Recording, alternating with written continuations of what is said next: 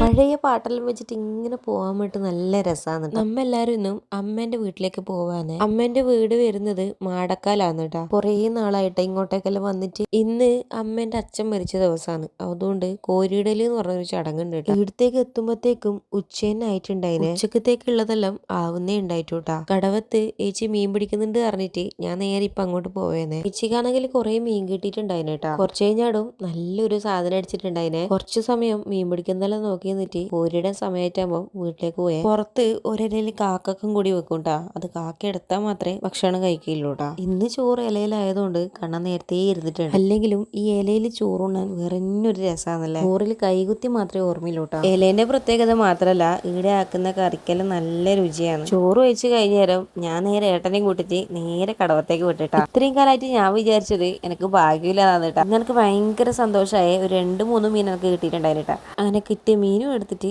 ഒരു ചായയും കുടിച്ചിട്ട് നേരെ വീട്ടിലേക്ക് വിട്ടേ. അപ്പോൾ അടുത്ത വിശേഷമായിട്ട് മറ്റൊരു വീഡിയോ കാണാം.